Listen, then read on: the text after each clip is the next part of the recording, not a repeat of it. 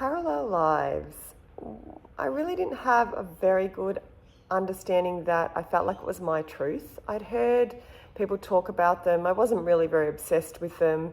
They were just kind of a thing. But recently, I actually, during the night, got some information and then consequently had a dream a couple of nights later, and then some information a few days later, which just opened up my whole understanding of what parallel lives were.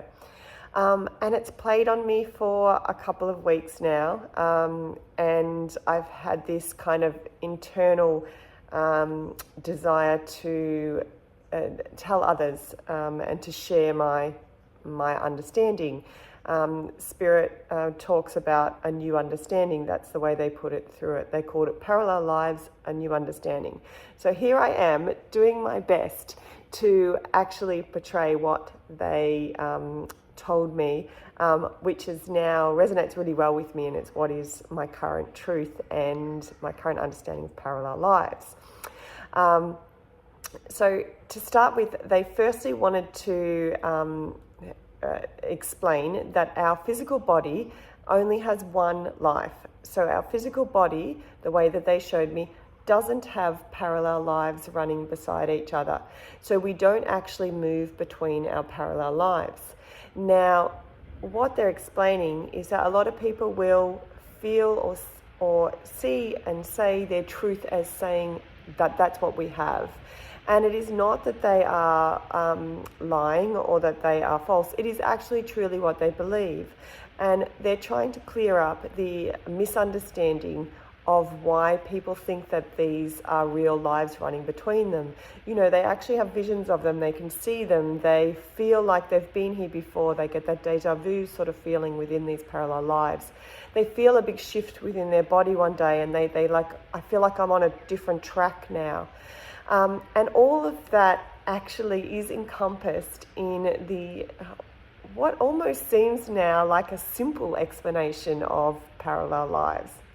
So those who have seen One Foot in Both World, Keeping It Real with Tanya and Nette, during series 2 we had a download of information, and part of that we had this triangle about mind, body and diet, and we also had other part of the triangle was to do with the sun, air and water, I think, from memory. And running parallel through the center of this was sleep. And they were saying that sleep is the core. It's like something that holds everything together. Now, we all know that a third of our life, roughly, we sleep. So out of a 24-hour period, we sleep roughly 8 hours a day, or at least lie down to rest. You know, sometimes we take a little while to get to sleep, but on average, throughout our life, we sleep around 8 hours a day.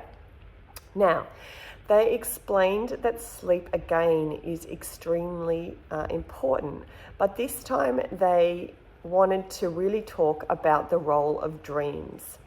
So when we sleep, some of us will say that we don't dream at all. Others will say that we dream every night, and there's sort of everything in between. And there's all types of dreams. There's dreams that are fearful dreams. There's hopeful dreams. There's romantic dreams. There is every sort of dream in between. And often people have certain patterns of dreams that they remember. Now, what they're explaining to me is this is actually the conscious memory of what we have of dreams. Every single person dreams every single night, and it is not unknown or philosophized that dreaming is a way of calming our nervous system. It is a way of dealing with all our emotions, our desires, our fears, our hopes, our anxieties, our things that we are concerned about. It is a way of processing this. This is sort of documented over thousands of years of different people that have looked and studied dreams in a big way.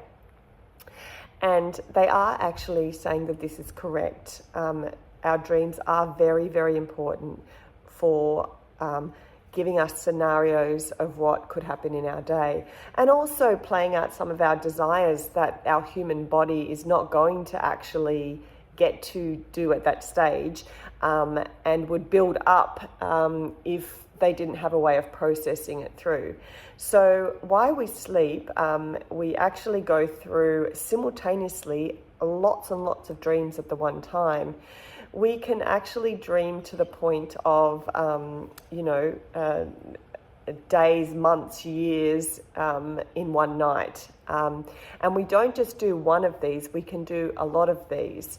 I'll explain that a little bit later to actually how I saw that, and that was pretty cool. But for now, in this part, just understand that we are being shown parallel lives and parallel options. So some of it is addressing our motivation, our fears, our desires, our emotions, things that would give us anxiety during the day, things that we are really wishing for but might not have yet that are coming in the future. But part of it is also at the same time, they're working through pathways that could actually go forward. They're giving us a visual exactly of how this could happen, so that when we come along, we can actually trigger and say, oh, that's familiar, and it draws our attention to that. It also just gets us to our mind, which is so much more powerful than what we even can comprehend. Our subconscious mind plays such an important role of where we are moving forward. So within our subconscious mind, all of this information comes, all these role playing. Sometimes they'll actually role play like 10, 20, 30, 40, 50 years ahead, even a lifetime ahead of different options that could take place. Other times they'll just be showing you a day or a week or a year, for instance. So I was told this information and I woke up and I was like, hey, this actually fits with the way I see it, that we don't actually have parallel lives physically that are actually happening, but within our conscious or our subconscious, parallel lives are being played out to us so that we can work through and choose and function with this one body moving forward, and make sure that we can actually grasp better where we're, our pathway, and sort of and cope with all the emotions that are given to a human body, because humans have so much kind of a string of lines from love to hate, and from happiness to sadness, from full adrenaline excitement to deepest depressions. There is kind of everything in between with that actually can happen. And so what they explained with this is that we have all these dreams going on at the one time, and so that we will recognize some of them when we sleep, but also cope better, as I said. So a couple of nights after this, I was sleeping and I had a dream, and in this dream, to set it forward first, I am currently married to a beautiful husband of 34 years that we've been together anyway, and we have one son. And so in this dream, I was an architect. I'm actually an interior designer, and my husband is an architect. But I was an architect, and I was on a field trip with another architect and another person. And it kind of went on, but the main crust of it was that there was this absolutely amazing connection between this guy and I that I'd met. But I am happily married. In this scenario, I feel that happiness. I feel that the fact that I don't believe on cheating on my partner, that I truly trust and respect, is key for me in real life, but it also was in this dream. So this sexual tension with this guy was brewing. It was like we had known each other all our lives. We were just so connected, spiritually and physically. Everything was just kind of working, and we were spending days together on this field trip to different sites, and I was just like, hang on. So in the dream, I rang my husband, my actual husband in the dream, and I was speaking to him, and I woke up and from the dream, and I was like, this feels odd. Like, I recognized my husband in my dream, but I also felt like I recognized this guy. And when I looked across, my husband, who in real life was there, sound asleep, everything was fine. But I kind of looked at him, and then I thought about the dream, and then I fell back into sleep. Now remember, I'm someone who has exceptional dream memory. I also can lucid dream, so I can fall back into a sleep. I do it very often, and I will continue on with my dream. Sometimes I will control some of what's going, so I'll actually move too past. Other times I will repeat things, and I'll just pick up on, hang on a minute, what did I not see? What things didn't I get? So in this case, I went back into the dream. I had left it after being on a phone call with my husband, and I continued with that phone call, and I started to ask my husband questions. I was asking him, am I happy? And he said, oh yeah, as happy as married people are, like we've been together for 34 years. We're happy. We did separate. And I said, separate? Hang on a minute. I didn't separate. I'm happily married. That just didn't make sense to me. And he said, yeah, well, of course. Like you didn't. I said, are we going to separate again? Are we happy? And he said, no. You said you wouldn't do that again, especially while the girls were still young. And I said, the girls? He goes, yes. I said, do we have girls? He said, we have 3 daughters. And I'm like, no sons? He's like, no, 3 daughters. So I was kind of like, oh, so we're happy, but we're not happy, but we are. And he's like, what's wrong with you? Like he was getting really confused, and he was familiar to me. But I then hung up the phone, put my mobile down, and I went into the next room, and I looked at the guy that I was with on this, this field trip, this other architect, and I said, Andy? And he's like, yeah. Now, Andy is my husband's name in real life. And I realized that actually I was with my husband Andy here in this dream 34 years later than when I met him, which is how long I've known him for. He looked like him when I realized. He acted like him. In fact, there was something that he said in the dream when he first started talking to me that was so familiar. And when I woke up and I was telling him in the morning about the dream, it was like, remember when I first met you 34 years ago, you said this, and then you said it in the dream. Now, I can't for the life of me remember what that was now. It's really annoying me because I remember that moment of going, oh my gosh, deja vu, this is really a link between those two things. And I asked him, and he's going, I don't remember what you said. And I'm like, oh, come on, this is important. But anyway, I'm hoping that comes back to me because it was a one-liner that was so him. But anyway, he was dressed in a suit, which he doesn't do now. He actually was very wealthy. I knew that. The car that he drove was, you could sell that and live off it sort of thing. Whereas my husband doesn't value cars. We do have made us as financially very successful, but his vehicle is like a $3,000, what Australians call paddock bomb, which is just like a car that probably shouldn't be on the road, but is. Anyway, so my husband and I are, together in this dream, only just meeting, and I'm realizing this.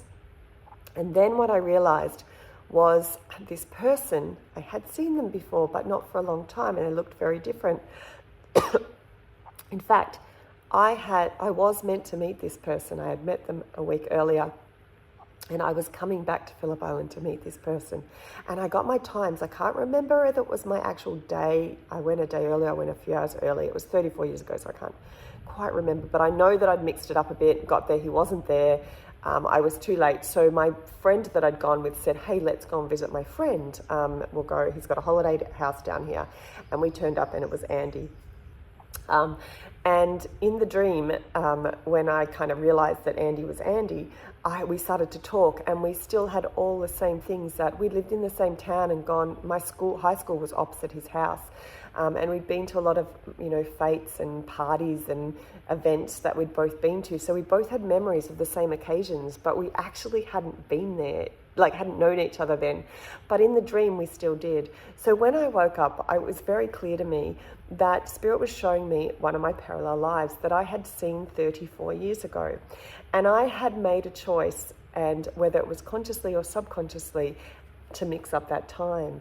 And therefore, I didn't end up with this guy and had 3 children who I was happy with, but not really happy. I ended up with Andy, who is no doubt my soulmate. We have an exceptional bond. We have a beautiful son who is absolutely amazing. Find myself extremely fortunate. We have been through a lot of things together. He has been seriously sick. I have as well. I had a stroke when I was 37, 38. So, you know, it's not like our path has been, you know, all roses, but we definitely have had a beautiful life together, and anything that we have had, we've tackled in such a way that is, you know, makes it feel like we actually haven't had a hard life, that we've had just a blessed life our whole life.